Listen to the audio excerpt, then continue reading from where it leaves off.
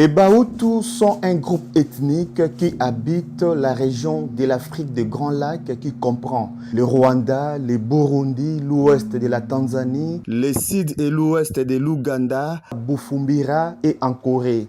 Et bien sûr, l'est de la République démocratique du Congo, dans la province de Nord Kivu, plus précisément dans les territoires de Rutshuru, Masisi, Goma, Nyiragongo et Kale. Bien que partout où ils habitent, les Hutus ont toujours parlé une même langue.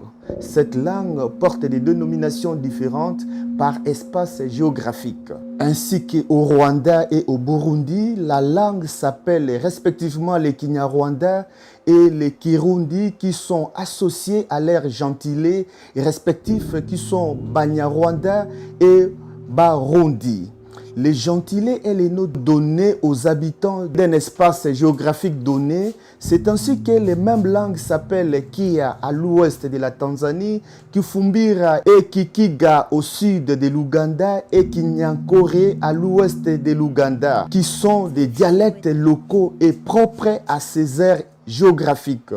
Quant aux Hutus congolais, ils parlent le Kihutu qui, à l'instar des langues parlées par leurs compatriotes, est un glossonyme non donné à une langue donnée qui correspond à leur ethnonymie, concept qui fait référence à un peuple avec des traits culturels distincts et dans ce cas précis, ce sont les Bahutus.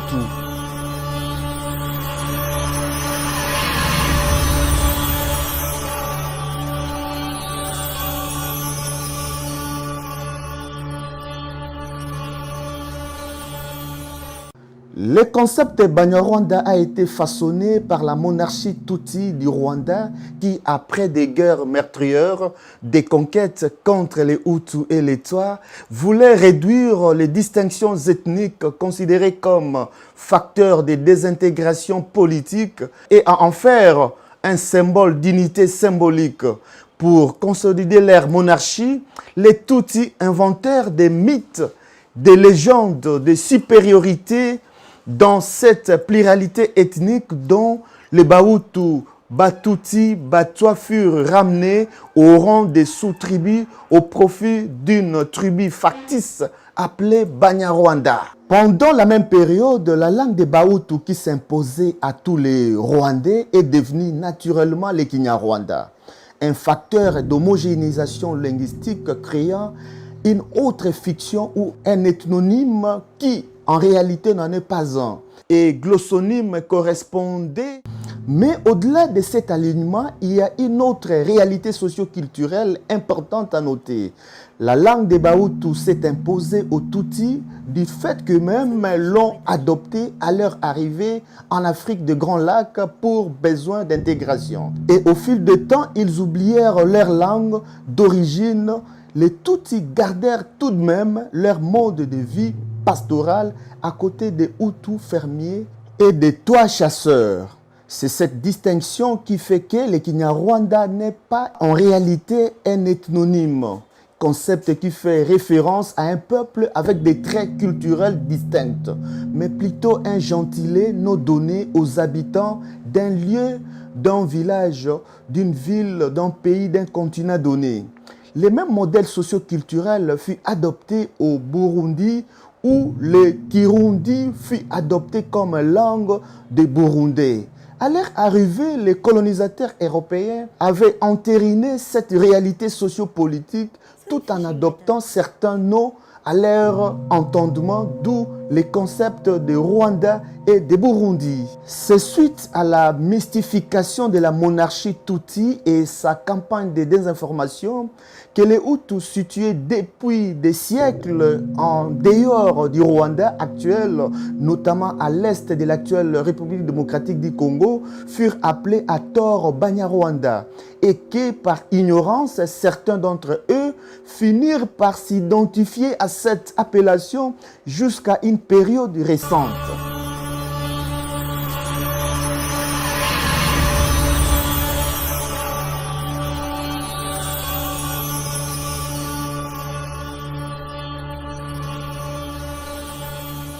Durant les 2 dernières décennies, un concept nouveau est apparu sous l'espace vital des Bahutus congolais. C'est le tristement célèbre concept de rwandophonie, une appellation qui date de 2001, mais dont la réalité est plus ancienne. La rwandophonie est en fait une création de Tutsi de la RDC qui se veut être l'ensemble des personnes qui partagent le Kinyarwanda comme langue. Ces personnes devraient s'unir pour défendre les intérêts présentés comme communs et menacés par d'autres groupes ethniques. Bref, un stratagème de la minorité Tutsi voulant s'appuyer sur la majorité Hutu contre les autres groupes ethniques au nord Kivu.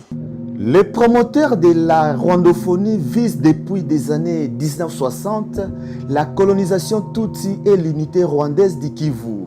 Dans leur plan de colonisation, ces promoteurs comptent se servir de la crédulité des évolués Bahutu, de l'air vendu Bahutu ou de Bahutu naïfs pour soumettre les Bahutus du Congo et toutes les autres ethnies qui les entourent en procédant méthodiquement et progressivement. Cette méthodologie a été utilisée avec succès au Rwanda depuis 1994. La minorité Tutsi, regroupée au sein du Front patriotique rwandais, s'est emparée du pouvoir avec l'aide de certains leaders Hutus. Depuis lors, le pays vit sous une dictature et une féodalité sans nom. Dans ses velléités expansionnistes, l'actuel président du Rwanda, Paul Kagame, affectionne le plan de colonisation si haut décrit qu'il a officialisé sous les concepts de rwandophonie où cette fois-ci, c'est lui qui vient protéger les soi-disant rwandophones, non seulement contre les autres groupes ethniques qu'il appelle sans distinction et abusivement FDLR, mais aussi de prétendues injustices du gouvernement congolais. D'où tous les mouvements factieux qu'il organise en République démocratique du Congo, de l'AFDEL au M23, en passant par les différentes factions du RCD et les CNDP. L'ironie fait que la majorité des victimes de ces expéditions meurtrières sont des Hutus congolais qu'il prétend protéger.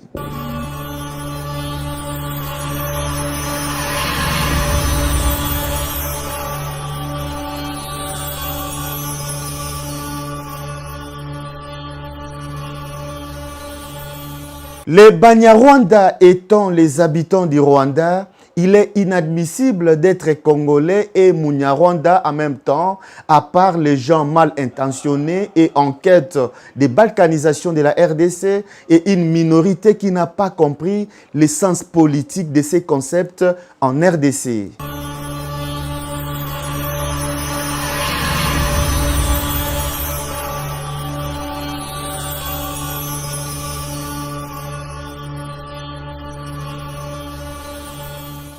Les Hutus sont des Bantous, groupe ethnique qui fut les seconds à s'installer dans la région de l'Afrique des Grands Lacs, les Touas ou les Pygmées étant les premiers occupants de cette région. Essentiellement agriculteurs et pratiquant un élevage non extensif, l'apport du peuple Hutu dans l'économie de la RDC est indéniable depuis l'époque de l'État indépendant du Congo. Notons que les Hutus, comme groupe ethnique, ne trouvent pas leur origine au Rwanda, car avant l'existence de ces pays, avant même les monarchies Tutsi dans ce pays, les Hutus existaient et habitaient. En ce qui concerne la République démocratique du Congo, l'aire géographique jadis appelée territoire des Bahutus par les colonisateurs belges. La plupart des Européens qui ont traversé ou séjourné dans l'est de la RDC à la fin du 19e siècle et au début du 20e siècle ont rapporté l'autonomie des Bahutus vis-à-vis des monarques du Rwanda. À quelques exceptions près, ces Européens appellent ces ancêtres congolais les Bahutus. C'est le cas de Ewart Scott Grogan et Arthur Henry Sharp en 1800 1999, le lieutenant Spilteltoire et Goffel en 1908 et 1909, le lieutenant Bogart en 1909 et le lieutenant puis major Gustave Verve-Lotte.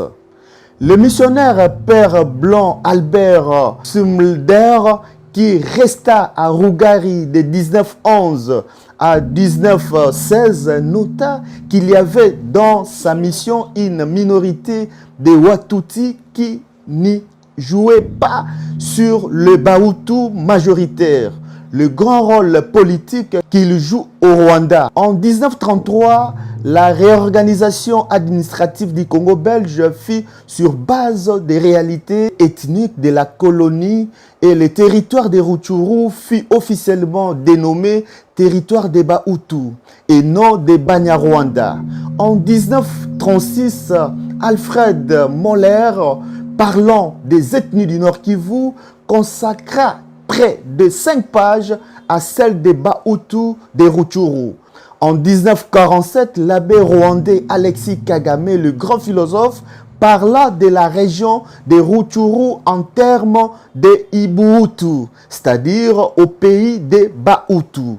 À partir des années 30 jusqu'au début des années 50 au Rwanda, Urundi, d'alors, les colons belges ont organisé un déplacement assez documenté pour en installer principalement dans les Massissi et par immigration interne, ils sont maintenant présents dans les Calais, Walikale et Ituri. Notons que cette opération avait pour but d'ouvrir à la colonisation européenne une région fertile et jusque-là inoccupée. Le Congo, qui initialement était composé de 6 provinces avant la guerre de 1914 et 1918, avait hérité d'une 7e province, celle du Rwanda-Urundi, après la défaite des Allemands en 1918. Notons que ni le Rwanda ni le Burundi n'avaient une armée avant l'indépendance du Congo. C'est la force publique congolaise qui assurait l'ordre dans la 7e province. N'en déplaise à M. Paul Kagame, l'histoire nous renseigne que le Rwanda fut une province de l'actuelle RDC et non le contraire. Aussi, les Bahutu, dignes fils de la République démocratique du Congo, ont toujours répondu présents dans les grands événements historiques de notre pays. Téné, le Mwami Ndeze Gabo II, fut de la délégation ayant négocié notre indépendance à la table ronde de Bruxelles en tant que grand chef coutumier, et les vaillants filles et fils Hutus sont en train, au moment où nous menons ces enquêtes, de défendre l'intégrité territoriale face à l'agression rwando-ougandaise sous les drapeaux. Notons enfin que s'il existe en République démocratique du Congo des Hutus congolais et des Tutsis congolais avec des cultures et des histoires différentes, il n'existe aucune communauté rwandophone en RDC à part dans la tête de Paul Kagame et ses acolytes.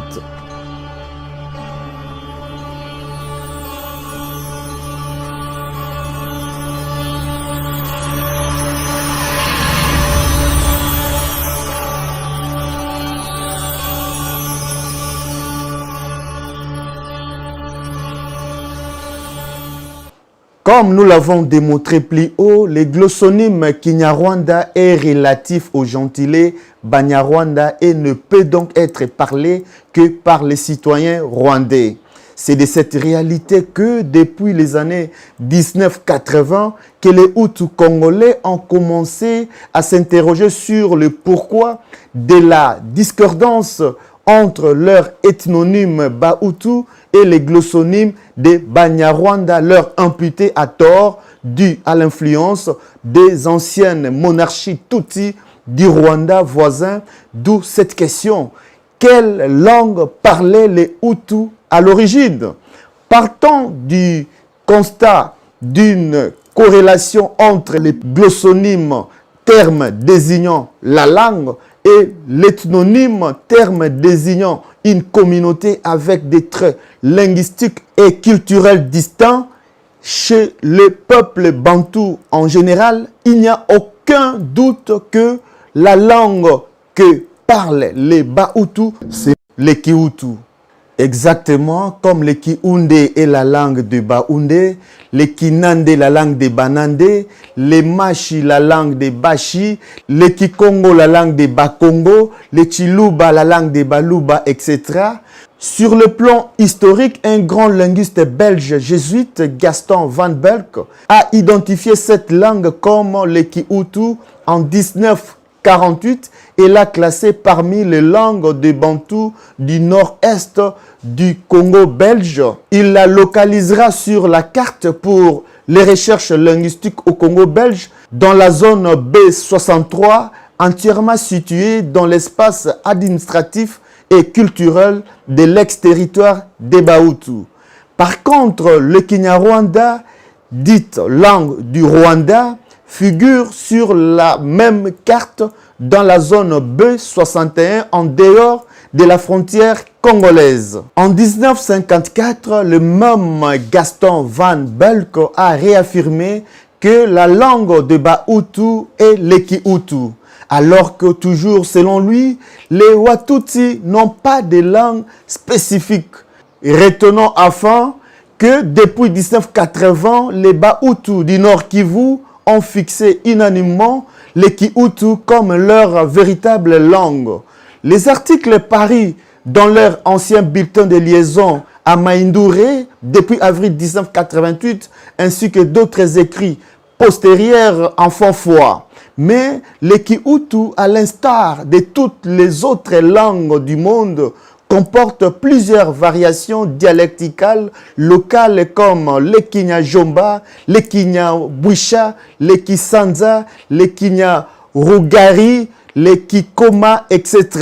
En effet, toute langue qui se répand dans l'espace se diversifie en dialectes qui, tout en gardant une certaine homogénéité avec la langue de base, la particularise localement par un certain nombre de traits différents.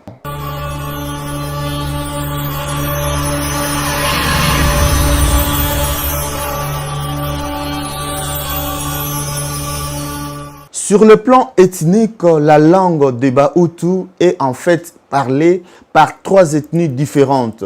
Les Hutus, Bantou, les Tutsi, Nilo, Amit et les Twa pygmoïdes.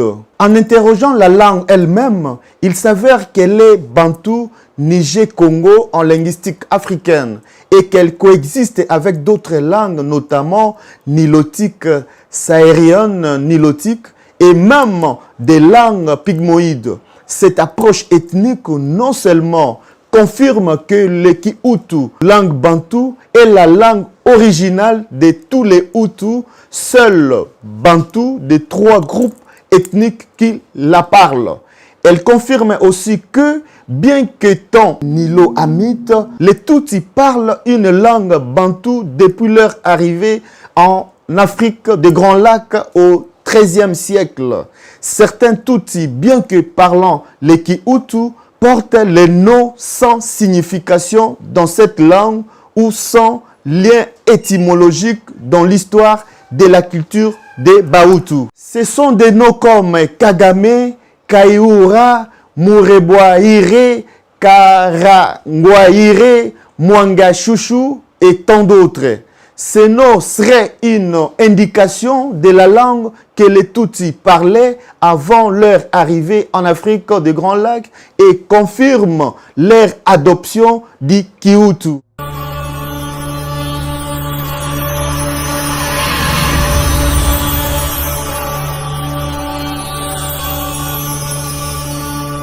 En fait, la langue est un moyen d'identification de soi, d'un soi individuel ou collectif. Selon le professeur Ndaiwel, la langue est une composante essentielle du patrimoine culturel d'un groupe humain.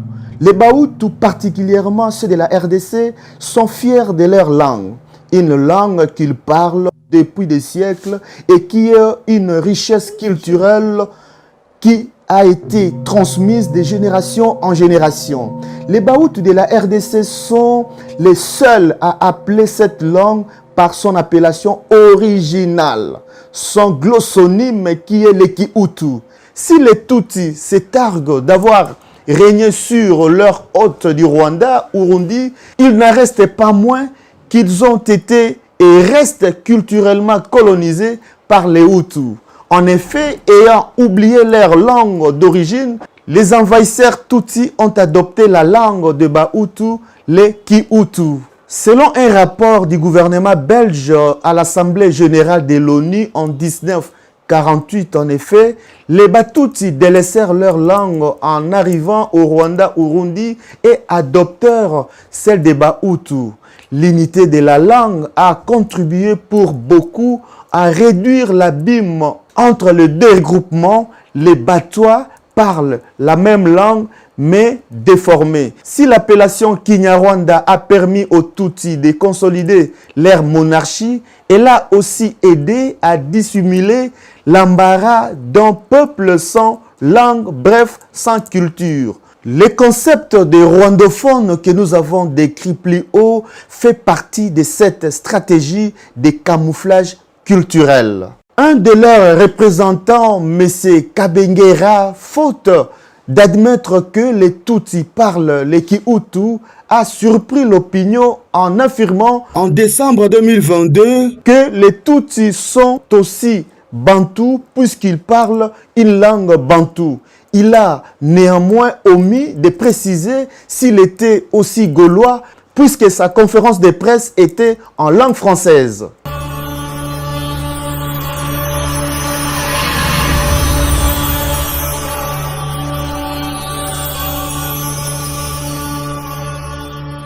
Voilà effectivement la bêtise humaine. C'est dans cette perspective que Paul Kagame et son FPR ont fait de la rwandophonie leur cheval de bataille. Dans sa présente invasion de l'Est de la RDC, la majorité de ses victimes sont Hutus, qu'ils prétendent venir protéger. La vérité qu'il y a corrélation entre la guerre dite du M23 et la langue Kihutu, l'armée rwandaise étant sur une expédition punitive des Hutus de la RDC qui, en proclamant que la langue Kihutu leur appartient, expose une vérité qu'ils voudraient cacher. En réponse, les Hutus congolais pensent que l'identité de quelqu'un n'est pas négociable et que le véritable chemin vers la solidarité entre les hommes passe par la reconnaissance de leurs différences.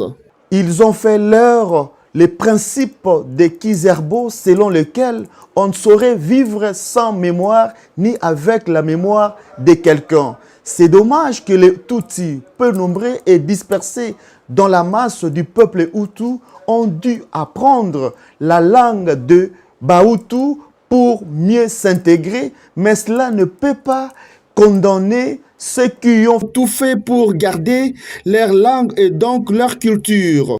En conclusion, la langue des Bahutu, c'est le Kihutu, une langue bantoue d'Afrique des Grands Lacs.